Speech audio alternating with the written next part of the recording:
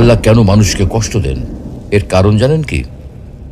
মহান আল্লাহ তাআলা ইরশাদ করেন, وَلَقَدْ صَرَّفْنَاهُ بَيْنَهُمْ لِيَذَّكَّرُوا فَأَبَى أَكْثَرُ النَّاسِ إِلَّا كُفُورًا।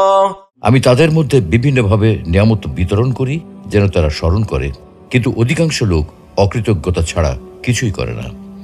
আসসালামু আলাইকুম ওয়া রাহমাতুল্লাহ। প্রিয় দর্শক, আজকে আমরা খুবই জীবন ঘনিষ্ঠ একটা বিষয় নিয়ে আলোচনা করতে চাই। আমাদের জীবনে নানান দুঃখ কষ্ট, জীবন জীবিকার অনিশ্চয়তা এবং অর্থ কষ্ট নিয়ে বিস্তারিত আলোচনা করতে চাই। কেন আমাদের জীবনে এইসব দুর্যোগ ও দুঃখজনক ঘটনা ঘটে, তার প্রকৃত কারণ অনুসন্ধান করতে চাই। প্রিয় দর্শক, ইসলাম বিদ্বেষীদের একটা কমন প্রশ্ন, আল্লাহ থাকতে এত প্রাকৃতিক দুর্যোগ কেন? এত ভূমিকম্প হয় কেন? বন্যা হয় কেন? দুর্ঘটনায় এত মানুষ মারা যায় কেন? স্রষ্টা যদি থেকেই থাকেন, তবে তিনি কেন মানুষকে এত দুঃখ, কষ্ট ও বিপদ দেন? স্রষ্টা যদি থাকতেন, তবে তার সৃষ্টিকে সাহায্য করতেন, এভাবে তাকে বিপদের মধ্যে রাখতেন না।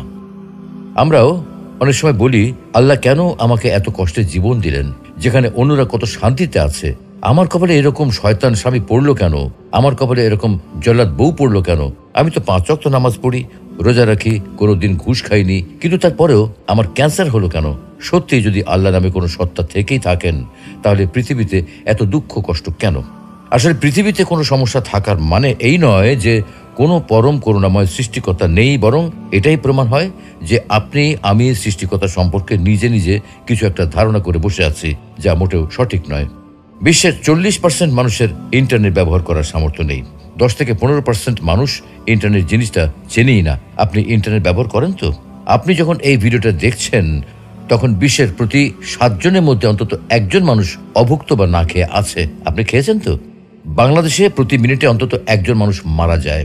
আপনি যতক্ষণ ধরে এই ভিডিওটা দেখছেন, ততক্ষণে অন্তত 3 জন মানুষ মারা গেছে, আপনি এখনো বেঁচে আছেন। এভাবে আল্লাহ তাআলা বিভিন্নভাবে, নানা উপায়, বিভিন্ন ক্ষেত্রে আমাদেরকে নিয়ামত দান করেন। ইরশাদ হচ্ছে, وَلَقَدْ صَرَّفْنَاهُ بَيْنَهُمْ لِيَذَّكَّرُوا فَأَبَى أَكْثَرُ النَّاسِ إِلَّا كُفُورًا। আমি তাদের মধ্যে বিভিন্নভাবে নিয়ামত বিতরণ করি যেন তারা স্মরণ করে, কিন্তু অধিকাংশ লোক অকৃতজ্ঞতা প্রকাশ করা ছাড়া কিছুই করে না। আমরা যদি আল্লাহর নিয়ামত গুনতে থাকি, তাহলে কখনো তা গুনে শেষ করতে পারবো না। কিন্তু অধিকাংশ সময় আমরা এত বিপুল নিয়ামত পাওয়ার পরেও শুকরিয়া আদায় না করে উল্টো অকৃতজ্ঞতা প্রকাশ করি। বরং মহান আল্লাহ রাব্বুল আলামিন মানুষকে সবচেয়ে বেশি ভালোবেসে তার নিয়ামতের ভান্ডার মানুষের জন্য উন্মুক্ত করে দিয়েছেন। যেমন তিনি বলেন, أَلَمْ تَرَوْا أَنَّ اللَّهَ سَخَّرَ لَكُم مَّا فِي السَّمَاوَاتِ وَمَا فِي الْأَرْضِ وَأَسْبَغَ عَلَيْكُمْ نِعَمَهُ ظَاهِرَةً وَبَاطِنَةً। তোমরা কি দেখো না, আল্লাহ নভমণ্ডল ও ভূমণ্ডলে যা কিছু আছে সবই তোমাদের কাজে নিয়োজিত করে দিয়েছেন এবং তোমাদের প্রতি তার প্রকাশ্য ও অপ্রকাশ্য নিয়ামত সমূহ পরিপূর্ণ করে দিয়েছেন।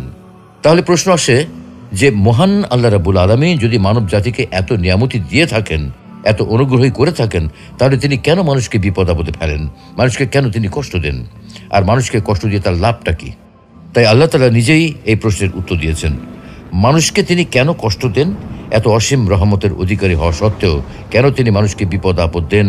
তার উত্তরে পবিত্র কোরআনুল কারিমে স্বয়ং আল্লাহ রাব্বুল আলামিন নিজেই বলেছেন, وَلَنَبْلُوَنَّكُمْ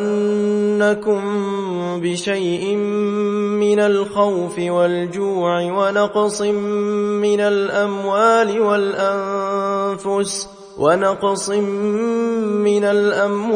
وَالْأَنفُسِ وَالثَّمَرَاتِ وَبَشِّرِ الصَّابِرِينَ। অবশ্যই আমি তোমাদেরকে পরীক্ষা করব কিছুটা ভয়, ক্ষুধা, মাল ও জানের ক্ষতি এবং ফল ফসল বিনষ্টের মাধ্যমে, তবে ধৈর্য ধারণকারীদের সুসংবাদ দাও। তার মানে আল্লাহ তাআলা আমাদেরকে পরীক্ষা করবেন, আমাদেরকে পরীক্ষা করার জন্যই দুঃখ কষ্ট দিয়ে থাকেন। এটাই তার সংবিধান, এটাই তার নিয়ম। এই নিয়ম শুধু আমাদের ক্ষেত্রে প্রযোজ্য নয়, বরং পূর্ববর্তী উম্মতদের ক্ষেত্রেও তিনি এমনটাই করেছেন। ক্ষুধা, কষ্ট, ক্ষতি, বিপদ আপদ ও বালা মুসিবতের মাধ্যমে তাদেরকেও পরীক্ষা করেছেন। পবিত্র কোরআনে আল্লাহ বলেছেন, وَلَقَدْ فَتَنَّا الذين من قبلهم فليعلمن الله الذين صدقوا وليعلمن الكاذبين। আমি তাদেরকেও পরীক্ষা করেছি যারা তাদের পূর্বে ছিল। আল্লাহ অবশ্যই জেনে নেবেন যারা সত্যবাদী, এবং নিশ্চয়ই তিনি মিথ্যুকদের ব্যাপারেও জেনে নেবেন। প্রিয় দর্শক, এতক্ষণের আলোচনা থেকে আল কোরআনের ভাষায় বলা যায়, নিশ্চয়ই আল্লাহ তাআলা আমাদের ঈমান পরীক্ষা করার জন্যই বিভিন্ন সময় আমাদেরকে বিপদ আপদ দিয়ে থাকেন। তাফসীর ইবনে কাসিরে সূরা বাকারার 155 নম্বর আয়াত এর ব্যাখ্যা করা হয়েছে এইভাবে যে নিশ্চয়ই আমি তোমাদেরকে ভয় ও ক্ষুধা এবং ধন সম্পদ, জীবন ও ফল ফসলের ক্ষয়ক্ষতি দ্বারা পরীক্ষা করব, তবে ধৈর্যশীলদের সুসংবাদ প্রদান করো। অর্থাৎ এই আয়াতের মাধ্যমে আল্লাহ তাআলা ঘোষণা করেছেন যে তিনি অবশ্যই বিপদ আপদের মাধ্যমে নিজ বান্দাদের পরীক্ষা করেন। তবে যখন মুমিনগণ ধৈর্য ধারণ করার মাধ্যমে এই পরীক্ষায় উত্তীর্ণ হয়, তখন তারা প্রতিদান পেয়ে থাকেন। যেমন অন্য আরেক আয়াতে আল্লাহ বলছেন, وَلَنَبْلُوَنَّكُمْ حَتَّى نَعْلَمَ الْمُجَاهِدِينَ مِنكُمْ وَالصَّابِرِينَ وَنَبْلُوَ أَخْبَارَكُمْ। আমি অবশ্যই তোমাদেরকে পরীক্ষা করব যতক্ষণ না আমি জেনে নেই যে তোমাদের মধ্যে কে জিহাদকারী ও ধৈর্যশীল, এবং আমি তোমাদের কার্যাবলী পরীক্ষা করি। আল্লাহ তাআলা মানুষকে কখনো পরীক্ষা করেন উন্নতি ও মঙ্গলের দ্বারা, আবার কখনো পরীক্ষা করেন অবনতি, অমঙ্গল, ভয় ও ক্ষুধা তথা অভাব দ্বারা।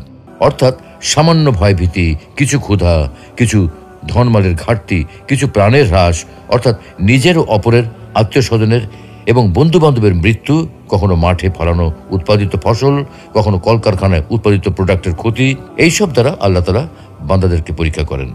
কিন্তু যারা এতে ধৈর্য ধারণ করেন তাদেরকে তিনি উত্তম প্রতিদান দান করেন। আর অসহিষ্ণু, অধৈর্য, তাড়াহুড়াকারী এবং নৈরাশ্যবাদীদের উপর শাস্তি অবতীর্ণ করেন। আর এজন্যই তিনি বলেন, আর ধৈর্যশীলদের সুসংবাদ প্রদান করো। কোন কোন মুফাসসির বলেন, এই আয়াতে ভয় দ্বারা মহান আল্লাহর ভয় এবং ক্ষুধা দ্বারা সাওম উদ্দেশ্য, আর কিছু ধন সম্পদের ঘাটতি দ্বারা যাকাত উদ্দেশ্য, কিছু প্রাণের হ্রাস দ্বারা রোগ ও দুর্ঘটনায় মৃত্যু উদ্দেশ্য, এবং ফল ফসলের ক্ষয়ক্ষতি দ্বারা সন্তান সন্ততির ক্ষতির উদ্দেশ্য। এইসব উক্তির বিষয়ে আমাদের হয়তো আরও গবেষণা করা প্রয়োজন। কিন্তু একটা বিষয় খুবই পরিষ্কার, পরীক্ষা করা ব্যতীত এবং পরীক্ষা পাশ হওয়া ব্যতীত আল্লাহ তাআলা সাধারণত কাউকে কোনো পুরস্কার দান করেন না। বিপদ আপদে আল্লাহর উপর নির্ভরশীলতার উপকারিতা। সুপ্রিয় দর্শক, উপরের আয়াতের ব্যাখ্যা বিশ্লেষণে আমরা দেখেছি যে আল্লাহ তাআলা ধৈর্যশীলদের পুরস্কার দান করেন। এখন কথা হলো, ধৈর্যশীল কারা? ধৈর্যশীলদের পরিচয় বর্ণনা করে আল্লাহ নিজে ঘোষণা দিচ্ছেন যে এই সব লোক তারাই যারা সংকট, সংকীর্ণতা ও বিপদ আপদের সময় ইন্না লিল্লাহ পড়ে এবং একথার দ্বারা নিজেদের মনকে সান্ত্বনা দেয় যে সেটা করার অধিকার আল্লাহর আছে। তখন বান্দার এই উক্তি ও মনোভাবের কারণে তার উপর আল্লাহর রহমত, দয়া ও অনুগ্রহ অবতীর্ণ হয়। সে শাস্তি হতে মুক্তি লাভ করে এবং সুপথ প্রাপ্ত হয়।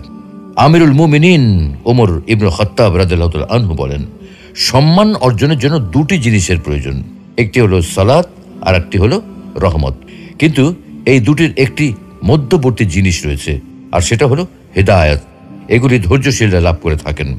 হাদিসের বিখ্যাত গ্রন্থ মুসনাদ আহমদে রয়েছে, উম্মু সালামা রাদিয়াল্লাহু তাআলা আনহা বলেন, একবার আমার স্বামী আবু সালামা রাদিয়াল্লাহু তাআলা আনহু রাসূলুল্লাহ সাল্লাল্লাহু আলাইহি ওয়াসাল্লামের কাছ থেকে ফিরে আমার নিকট আসেন এবং অত্যন্ত খুশি মনে বলেন, আজ আমি এমন একটা হাদিস শুনেছি যা শুনে আমি খুবই খুশি হয়েছি। যখন কোনো মুসলিমের উপর কোনো কষ্ট ও বিপদ পৌঁছে এবং সে ইন্না লিল্লাহ পড়ে ও এই দোয়া পাঠ করে, তখন আল্লাহ তাকে অবশ্যই বিনিময় ও প্রতিদান দিয়ে থাকেন। اللهم آجرني في مصيبتي واخلف لي خيرا منها। হে আল্লাহ, আমাকে মুসিবতের সময় ধৈর্য ধরার শক্তি দান করুন এবং এর পরিবর্তে উত্তম প্রতিদান দান করুন। উম্মু সালামা রাদিয়াল্লাহু তাআলা আনহা বলেন, আমি এই দোয়াটি মুখস্থ করে নেই। অতঃপর আবু সালামা রাদিয়াল্লাহু তাআলা আনহার ইন্তেকাল হলে আমি পাঠ করি, ইন্না লিল্লাহি ওয়া ইন্না ইলাইহি রাজিউন, এবং এই দোয়াটি পড়ে নেই। কিন্তু আমার ধারণা হয় আবু সালামা রাদিয়াল্লাহু তাআলা আনহার চেয়ে ভালো স্বামী আমি আর কাকে পাবো। কিন্তু বাস্তবতা হচ্ছে, আমার ইদ্দত শেষ হওয়ার পর রাসূলুল্লাহ সাল্লাল্লাহু আলাইহি ওয়াসাল্লাম আমাকে বিয়ে করার ইচ্ছা প্রকাশ করেন। প্রস্তাব পেয়ে আমি বললাম, এটা তো আমার জন্য বড়ই সৌভাগ্যের ব্যাপার, কিন্তু আমার কিছু সমস্যা আছে। প্রথমত, আমি একজন অভিমানী নারী। না জানি এর কারণে কখন আমি আপনার অপছন্দের কোনো কাজ করে ফেলি, না জানি এর কারণে আল্লাহর নিকট আমার শাস্তি হয় নাকি। দ্বিতীয়ত, আমি একজন বয়স্কা নারী। তৃতীয়ত, আমার প্রাক্তন স্বামীর ঘরে ছেলে মেয়ে রয়েছে। তখন রাসূলুল্লাহ সাল্লাল্লাহু আলাইহি ওয়াসাল্লাম বলেন, দেখো, মহান আল্লাহ তোমার অভিমান দূর করে দেবেন, আর আমার বয়সও তো কম নয়, এবং তোমার ছেলে মেয়েও যেন আমারই ছেলে মেয়ে। আমি এই কথা শুনে বললাম, হে মহান আল্লাহ রাসূল, তাহলে আমার কোনো আপত্তি নেই। অতঃপর মহান আল্লাহর নবীর সাথে আমার বিয়ে হয়ে যায়, এবং মহান আল্লাহ সেই দোয়ার বরকতে আমার পূর্ব স্বামীর চেয়ে উত্তম স্বামী অর্থাৎ রাসূলুল্লাহ সাল্লাল্লাহু আলাইহি ওয়াসাল্লামকে দান করেন। আবু সিনান রহমতুল্লাহ আলাইহি থেকে বর্ণিত, তিনি বলেন, আমার ছেলে সিনানকে আমি দাফন করলাম। কবরের কিনারায় আবু তালহা আল খাওলানি রহমতুল্লাহ আলাইহি বসা অবস্থায় ছিলেন। কবর হতে আমি যখন উঠে আসতে চাইলাম, তখন আমার হাত ধরে তিনি বললেন, হে আবু সিনান, আমি কি তোমাকে একটা সুসংবাদ দেব না? আমি বললাম, অবশ্যই দিন। তিনি বললেন, রাসূলুল্লাহ সাল্লাল্লাহু আলাইহি ওয়াসাল্লাম বলেছেন, কোন বান্দার কোন সন্তান মারা গেলে আল্লাহ তাআলা ফেরেশতাদের প্রশ্ন করেন, তোমরা কি আমার বান্দার সন্তানকে ছিনিয়ে আনলে?